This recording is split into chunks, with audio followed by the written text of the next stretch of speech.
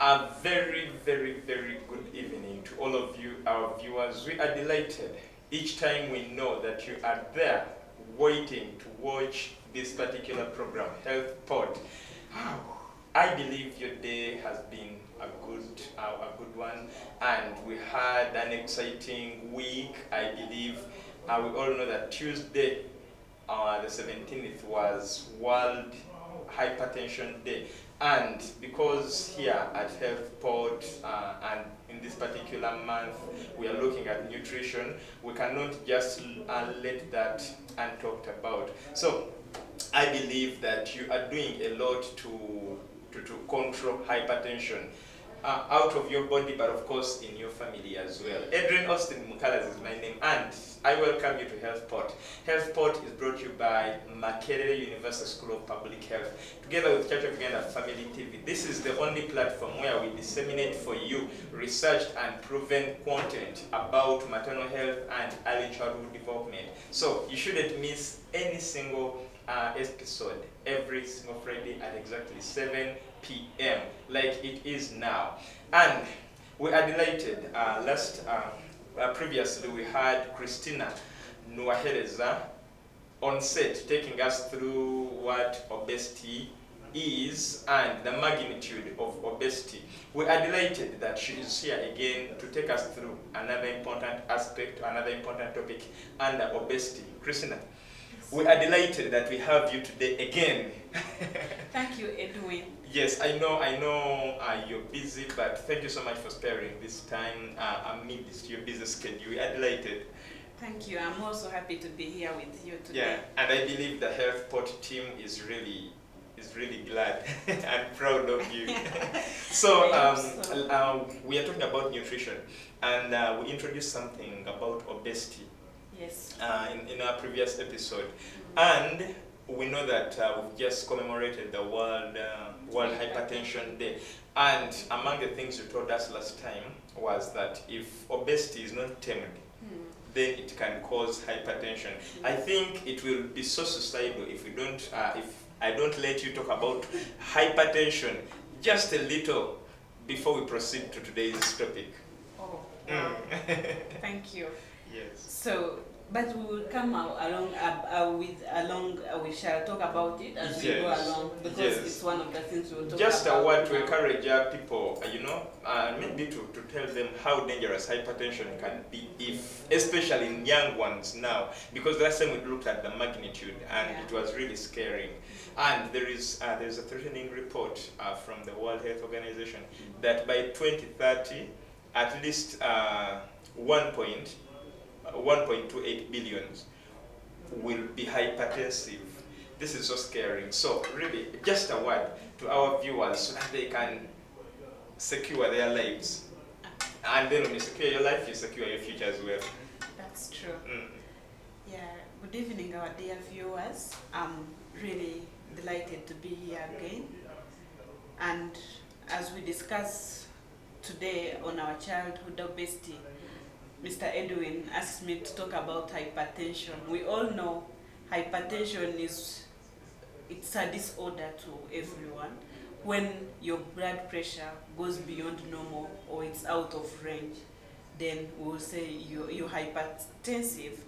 And this is very dangerous, especially in young children when they are not able to carry out their daily activities, when they are not able to continue with school. Sometimes they are on, sometimes they are off. It affects their academic performance, it affects their normal life and their social life. So it is something we should really prevent, and we can prevent this through many ways, especially our lifestyle and our behavior. If we can change our behavior, how we eat, how we do the things we do, we are able to prevent hypertension. It's not something that it is here to stay or everyone must have it. As long as you change your behavior and your lifestyle, then you're able to control it. That simply means that this report of the World Health Organization can be changed.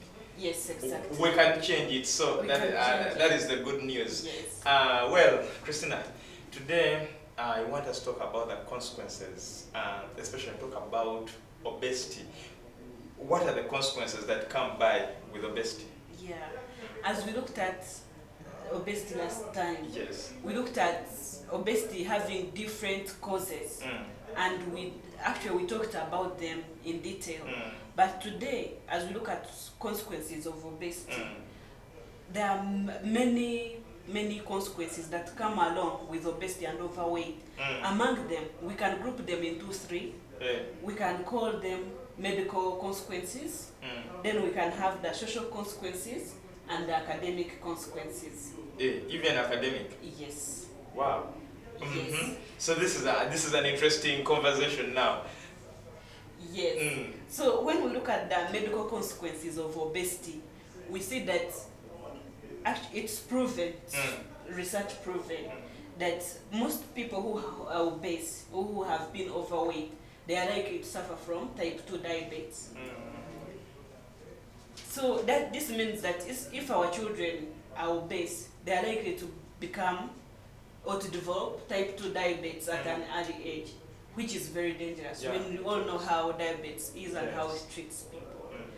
Yeah, so it's very scary. I'm already scared.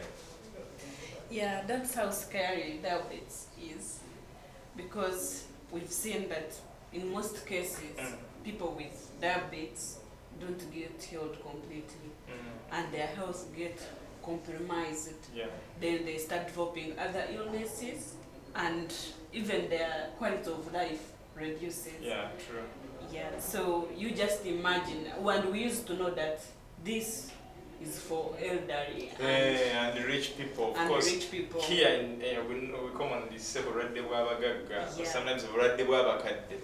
But now we are seeing it in younger children. Which is too bad. That's why us as parents, we need to work hard to make sure we prevent this, because as our children get diabetic, it compromises their quality of life. Then they are more falling sick than when they are healthy. And frequenting hospital. Yeah, and then you're spending money on it, and then they are not continuing with school because most of the time they are off school, going to the hospital. So it's really a major consequence among obese children. Then we look another medical consequence. We can look at is hypertension, as we had talked about it before. We've just commemorated that day. So hypertension is more linked to obesity and overweight. And we see that people who are overweight or who are obese, they are likely to have hypertension. So even in children who are overweight are likely to have hypertension. And it's a simple thing, because when your body is too big, then the heart has to use in the layman's language. Yeah, then the heart will have to use a lot of energy to pump blood for all this thing. Yeah, so the more energy it uses, the more it weakens. Exactly. And it's becoming a major problem. Not only here in Uganda, but almost in all developing countries. And we just need to do something. Sure. We need to do something about and it. I'm scared because the end line of hypertension is actually death. Actually, all these consequences we are talking about, the end line is death. But I think with hypertension, death comes even sooner than expected, because anything can cause the death. Yeah, I know, and you can even actually develop stroke, and that was my next point. You can develop stroke and other things. But even diabetes, you have seen people with diabetes, they have poor wound healing. Yes. Any scratch, then the wound will be there for some time. And you've seen people with diabetic foot. And some wounds have even turned into cancer. Yeah, that's what I'm talking about. You've seen people where they have gone and they are amputated because they got a wound and it's not healing, simply because someone is diabetic. So once these all consequences are so serious and severe, actually, because you don't want to be associated with such. And no one would really want to see their children going through such a pain. Exactly. So we also look at another medical consequence, which research links to obesity, as asthma. Like almost all asthmatic children are obese, and most of the obese children are asthmatic.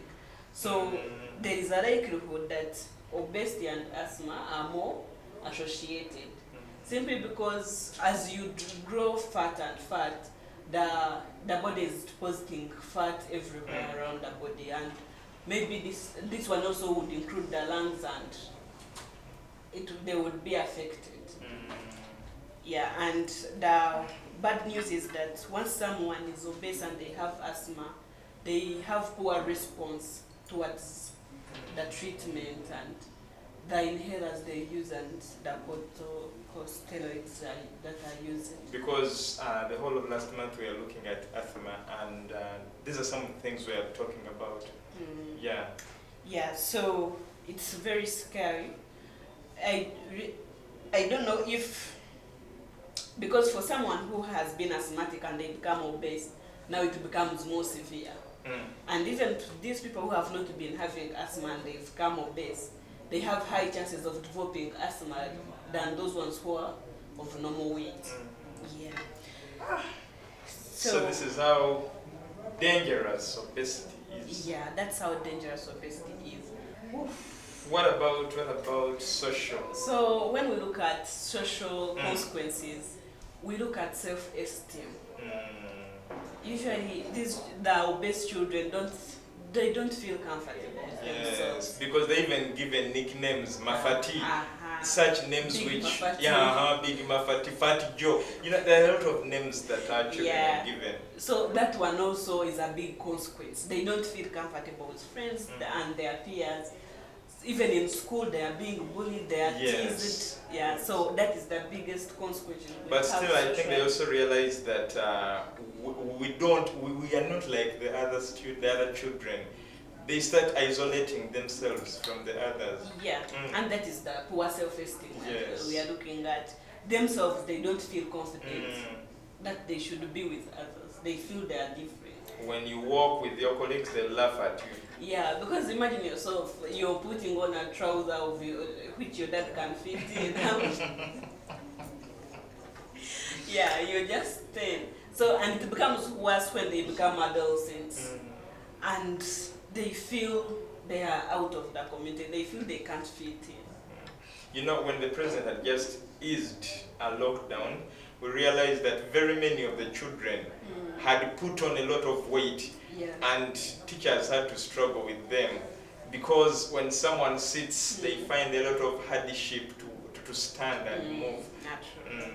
Yeah, so that is one of the major things. Then other socially, I think it all encompasses it. Low self-esteem, then being neglected or rejected in the community, then being teased around and bullied at school. Yeah, so those are major consequences they face socially when they are within the community. And by the way, someone can look at these consequences as light, but these consequences also contribute to school dropouts. Yeah. Because when someone is not comfortable at school, then they will not go back to school the next day. Yeah. Then we also have the academic consequences. Yes, let us talk about the academic consequences, because I was scared that it goes as far as academic is concerned. Yes. Then obesity, it's linked to poor performance in class. Simply because these children are not able to concentrate. Most of the time they are dozing, or they are not able to concentrate. And another thing, they are falling sick more often. So they are more absent than, usually they are not in class. They are either sick, they are either in the hospital, they are going for checkup, all that. They are not feeling well physically. They even come late to class because you can't walk faster than you. No, parents drop them to school. Yeah, but of course they don't take them to class. A parent drops you to the gate, and you have to walk from the gate to the class. That's a short distance. Yeah, but obesity is linked to poor performance in class, and we really see it's a very big consequence.